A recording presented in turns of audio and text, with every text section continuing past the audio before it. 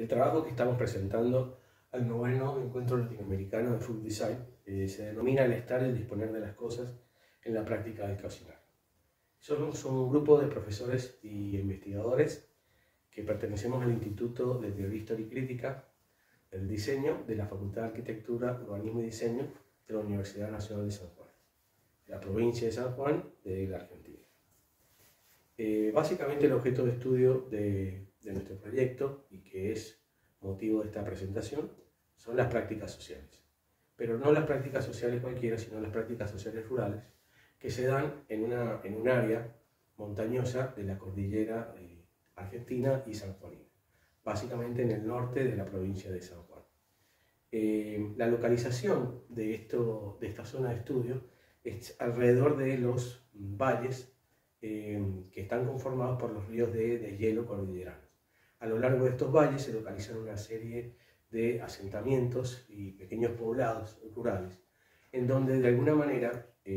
culturalmente y básicamente en la conformación histórica de estos asentamientos, se ha dado como un sedimento de distintas culturas, básicamente las culturas precolombinas y la cultura producto del coloniaje.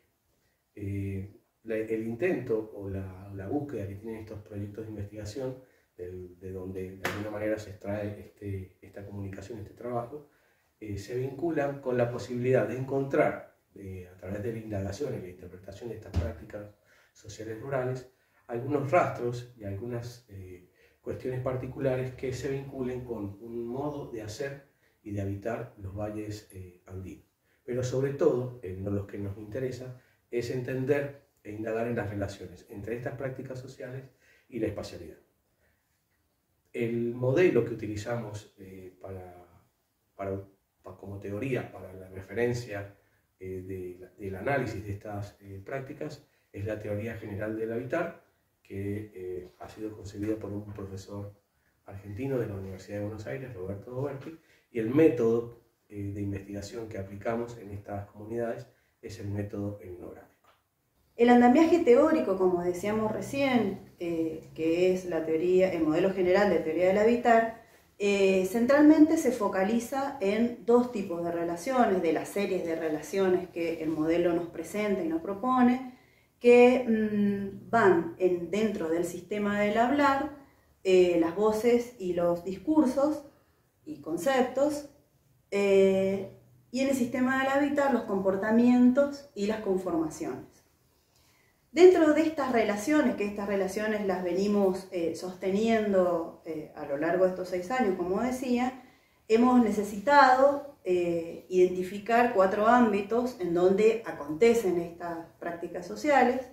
y ellos son el soporte físico natural, donde se inserta el emplazamiento de la parcela productiva en sí, el área adyacente a la casa, a la vivienda, en donde suceden una serie de prácticas y cuyo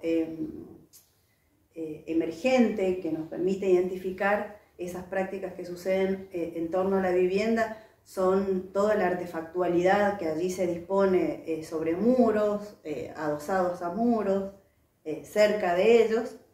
y finalmente la vivienda. A priori nosotros en estos 6 años hemos ido pasando desde las fiestas patronales hasta encontrarnos hoy particularmente en el proyecto que tiene vigencia en las prácticas domésticas productivas. Este pasaje que nos ha ido permitiendo pasar desde el espacio público de estos asentamientos, de estas comunidades, al interior de las casas de los habitantes con los que hemos construido esta red, como decía anteriormente, curiosamente nos permitieron encontrarnos con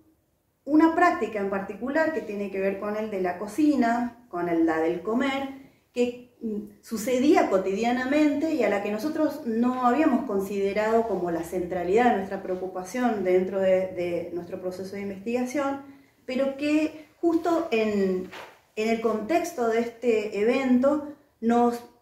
brindó la posibilidad y la oportunidad de reflexionar sobre ella, de reflexionar acerca de la cocina como un producto cultural insoslayable de los encuentros con las comunidades,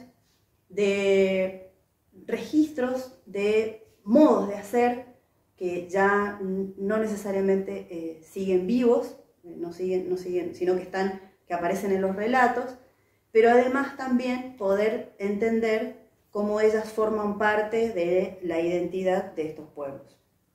Vital y los alimentos nos traen la pregunta de carácter vital sobre la cotidianidad, que no se responde únicamente porque el cocinar es algo necesario para la vida, sino que constituye una práctica cultural. Años de investigación en el territorio han señalado este elemento, pero han sido posibles porque hemos podido ingresar a los hogares. Y acá aparece un concepto que es significativo, que es la cordialidad. El poder compartir en la mesa, el poder dialogar sobre lo que se come, el poder darse el agasajo de unos hacia otros, muestra que el cocinar es un organizador social significativo en lo andino. El convidar, el preparar, el trabajar nos presenta todas estas producciones culturales con otros, con unas biografías que básicamente señalan que existe una red de biografías que podemos denominar prosopografías, que muestra cómo la historia andina de lo rural se representa por el cocinar.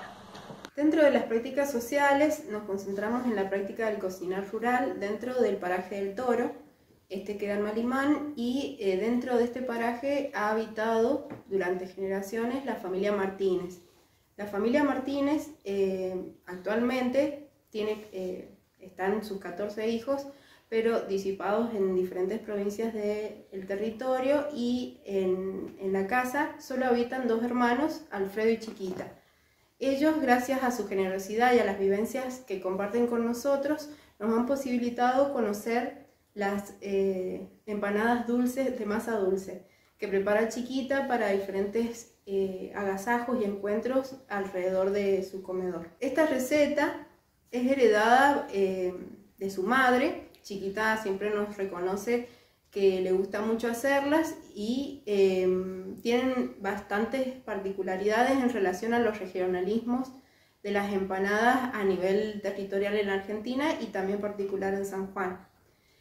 Estas empanadas podemos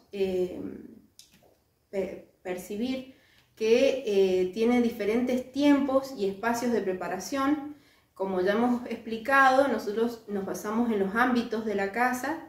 y sus recorridos, las secuencias y los modos de hacer de este cocinar y de este preparar las empanadas. Primero que nada, ellos prevén el tema de la leña, porque estas empanadas son cocinadas dentro del horno de barro que se encuentra en el frente próximo a la casa, al ingreso de la casa. El relleno de la empanada, que comúnmente le llamamos picadillo, es preparado el día anterior por Chiquita y lo prevé desde la tarde, dejarlo almacenado hasta la noche, que se enfríe, y al otro día ya preparar la masa. Esta masa tiene su particularidad porque cuenta como un ingrediente especial dentro de esa herencia de receta, el azafrán, que es cultivado dentro de la propia huerta de Chiquita. Esto le da un color ambarino y además, colocándole azúcar, que no puede faltar, se convierte en una masa dulce para el picadillo, que es salado. Esta preparación tenemos el laminado y el estirado de la masa, que empieza a involucrar a otros comensales que llegan pronto a la casa para ayudar y generar ese encuentro también y armado de las empanadas propiamente dichas. Estas empanadas se colocan finalmente en una chapa,